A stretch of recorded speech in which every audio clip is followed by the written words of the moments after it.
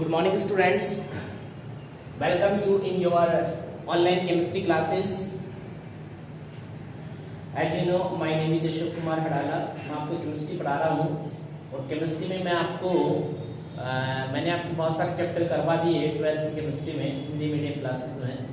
और अब जो आपका नया मैं टॉपिक ले रहा हूँ बहुत अच्छा टॉपिक है, उसको हम स्टडी करेंगे, दैट इज केमिकल काइनेटिक्स. किसके बारे में स्टडी करेंगे बेटा? Chemical kinetics. हमारे पास ये है लेसन नंबर 4 है, ये इसको कहते हैं केमिकल काइनेटिक्स. केमिकल काइनेटिक्स के नाम से लेसन जाना जाता है. इसको हिंदी में कहते हैं रासायनिक बलगतिकी. इसको हिंदी में हम रासायनिक बलगतिकी या केमिकल काइनेटिक्स कहते हैं. ठीक है बेटा, केमिकल काइनेटिक्स इसको कहा जाता है और वैसे इसे रासायनिक बलगति के नाम से भी जाना जाता है. क्या होती है केमिकल काइनेटिक्स मैं आपको बताता हूँ.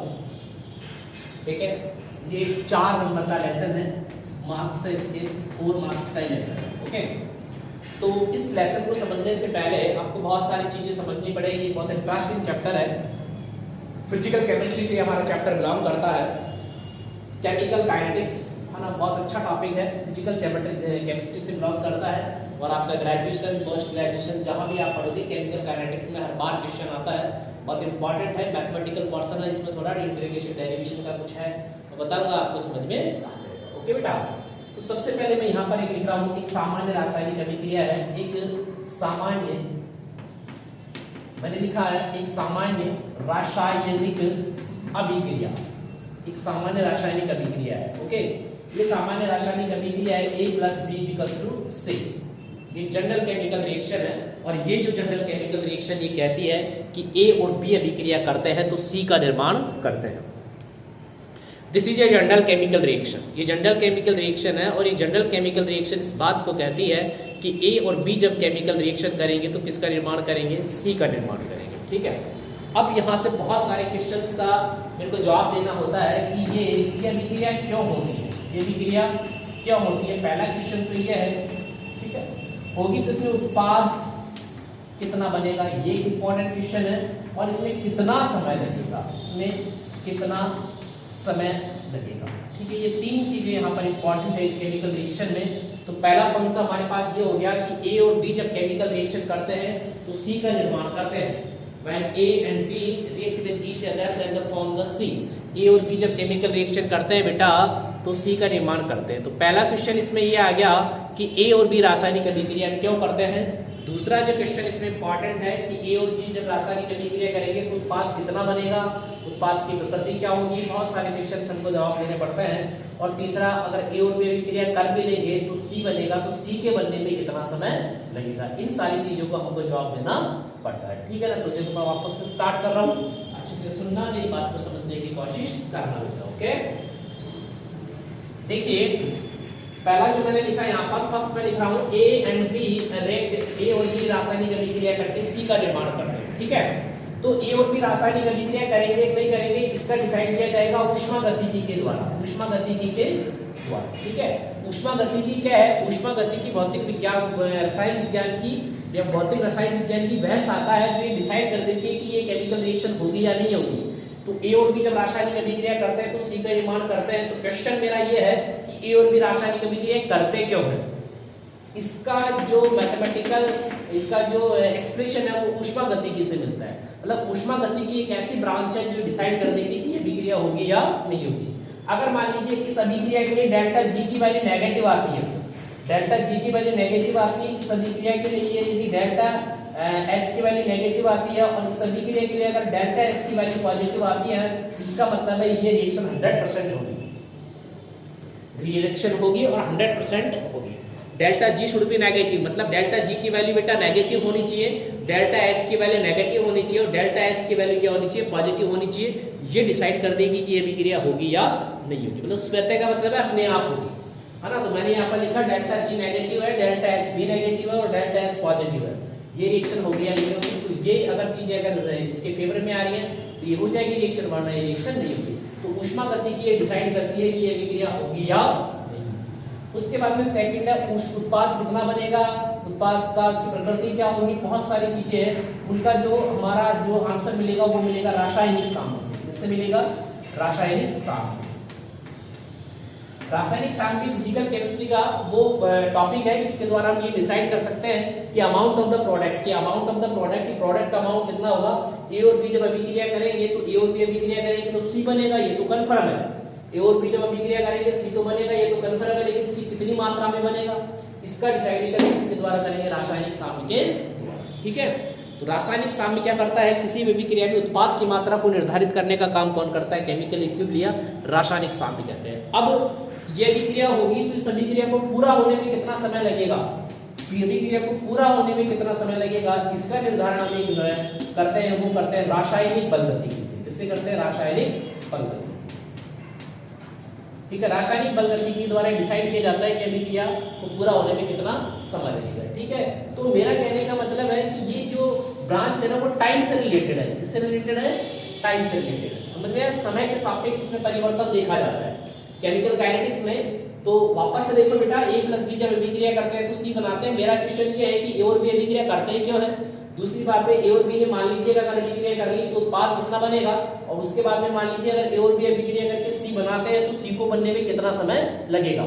तो ए और बी अभिक्रिया करेंगे, इसका निर्धारण किया गया ऊष्मागतिकी भौतिक रसायन विज्ञान की वह शाखा है बेटा जो डिसाइड कर देती है कि अभिक्रिया अकर और नॉट, मतलब अभिक्रिया होगी या नहीं होगी। इसका डिसाइडेशन बेटा फिजिकल ये थर्मोडायनामिक्स से करते हैं। ओके, उसके बाद में आएगा केमिकल इक्विलिब्रियम रासायनिक साम्य क्या होता है, रासायनिक साम्य उत्पाद अमाउंट ऑफ द प्रोडक्ट, उत्पाद की मात्रा का निर्धारण करेगा। और उसके बाद में अभिक्रिया को पूरा कितना होने में कितना समय लगेगा, इसका निर्धारण बेटा किसके द्वारा किया जाता है, इसका निर्धारण किसके द्वारा करते हैं हम, इसका निर्धारण हो गया हमारे पास होगा रासायनिक बल गतिकी से। तो रासायनिक बल गतिकी वह विज्ञान है, वह रासायनिक विज्ञान की शाखा है जो उत्पाद किसी अभिक्रिया को पूरा होने में समय के बारे में भी बात करती है। ठीक है, अब समय जो होता है वो समय के सापेक्ष यदि किसी चीज में परिवर्तन होता है तो उसको हम वेग नाम देते हैं। क्या नाम देते हैं? वेग। तो सबसे पहले बेटा मैं इसकी डेफिनेशन आपको बताता हूँ कि इसकी क्या डेफिनेशन होगी रासायनिक बल गतिकी की, कि किसी रासायनिक अभिक्रिया के वेग, किसी रासायनिक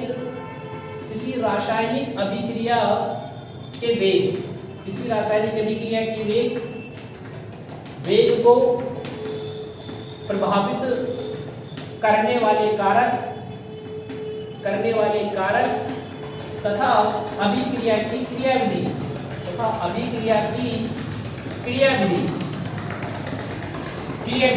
का अध्ययन इसमें किया जाता है केमिकल काइनेटिक्स में या रासायनिक बल गतिकी में करते हैं। इसमें करते हैं बेटा रासायनिक बल गतिकी में इसी चीज के बारे में स्टडी की जाती, रासायनिक बल गतिकी के बारे में इसी चीज के बारे में स्टडी की जाती है। ठीक है, तो अब मेरी बात आप सुनोगे बेटा, क्या होता है कि रासायनिक बल गतिकी क्या होती है।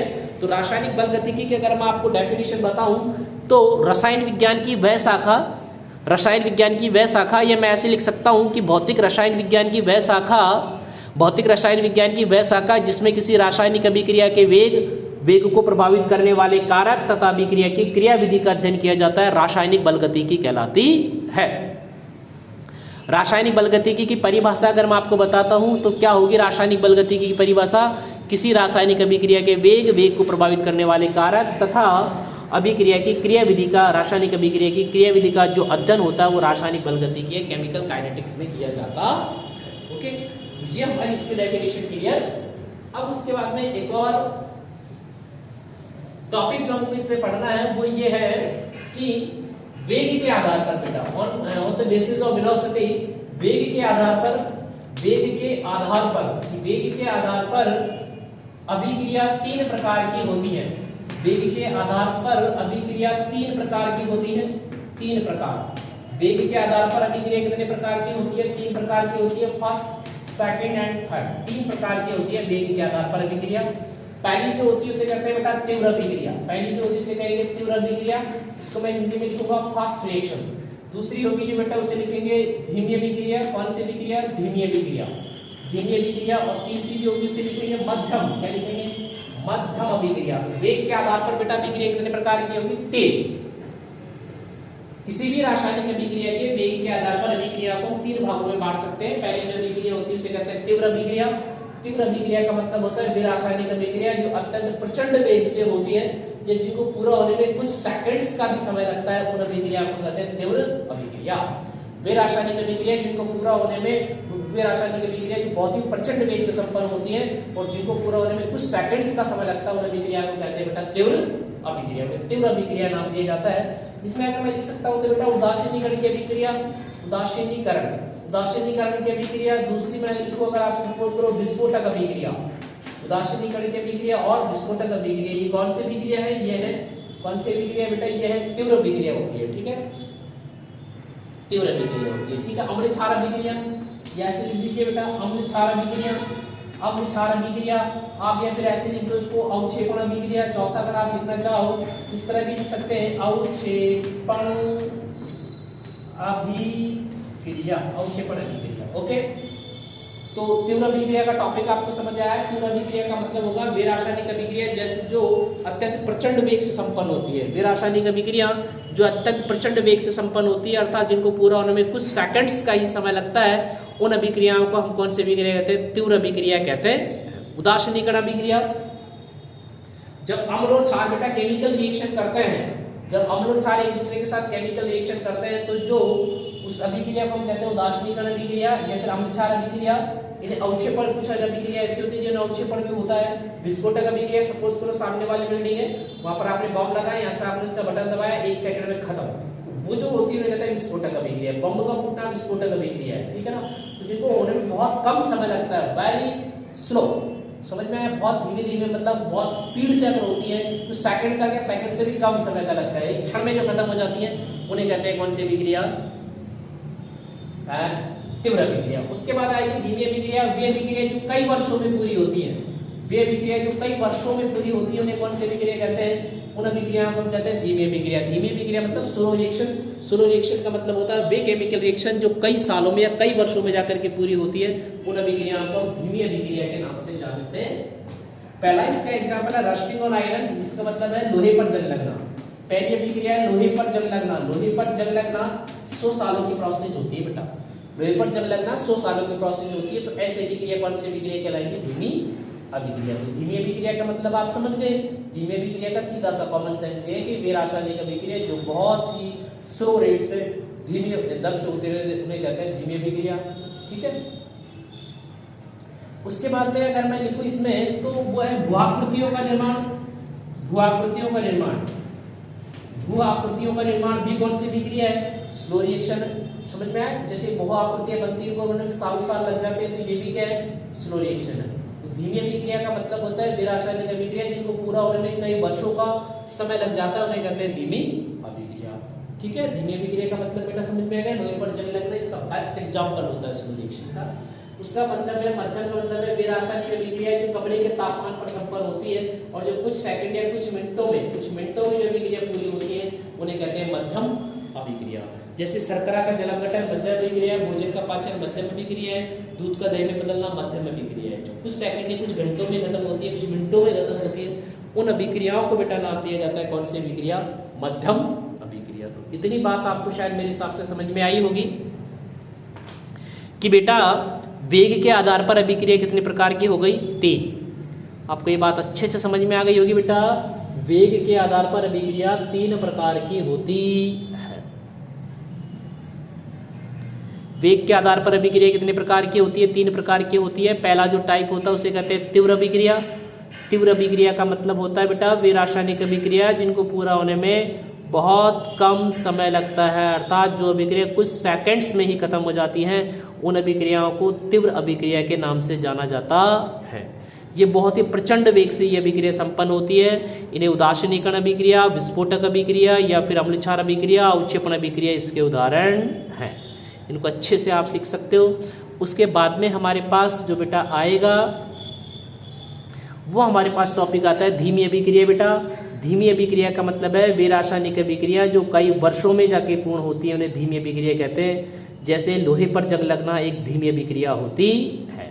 भू आकृतियों का निर्माण होना ये भी एक धीमी अभिक्रिया होती है, अर्थात वे अभिक्रियाएं जिनको पूरा होने में बहुत धीमी अभिक्रिया, समझ में आ गई ना। धीमी अभिक्रिया का मतलब वे अभिक्रिया जिनको पूरा होने में कई वर्षों का समय लगता है, ठीक है। लोहे पर जंग लगना, सालों साल लग जाते हैं ऐसे अभिक्रियाओं को, तो उन्हें कहते हैं धीमी अभिक्रिया के नाम से जाना जाता है, ठीक है ना।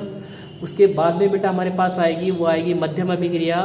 तो मध्यम अभिक्रिया का मतलब होता है बेटा वे रासायनिक अभिक्रिया जो कमरे के तापमान पर संपन्न होती है। वे रासायनिक अभिक्रिया जो कमरे के तापमान पर संपन्न होती है, अर्थात जिनको पूरा होने में कुछ घंटों तक का समय लग जाता है, उन्हें कहते हैं मध्यम अभिक्रिया, ठीक है। मध्यम अभिक्रिया का बेटा अगर आप एग्जाम्पल लिखोगे, सुक्रोज का जलावघटन, ठीक है, सुक्रोज का जलावघटन वगैरह कमरे के तापमान पर होने वाली सभी अभिक्रिया है ना, जो मध्यम अभिक्रिया होती है, ठीक है। और बाकी मैं बताता हूँ आपको, एक बार इसे आप नोट डाउन कीजिएगा।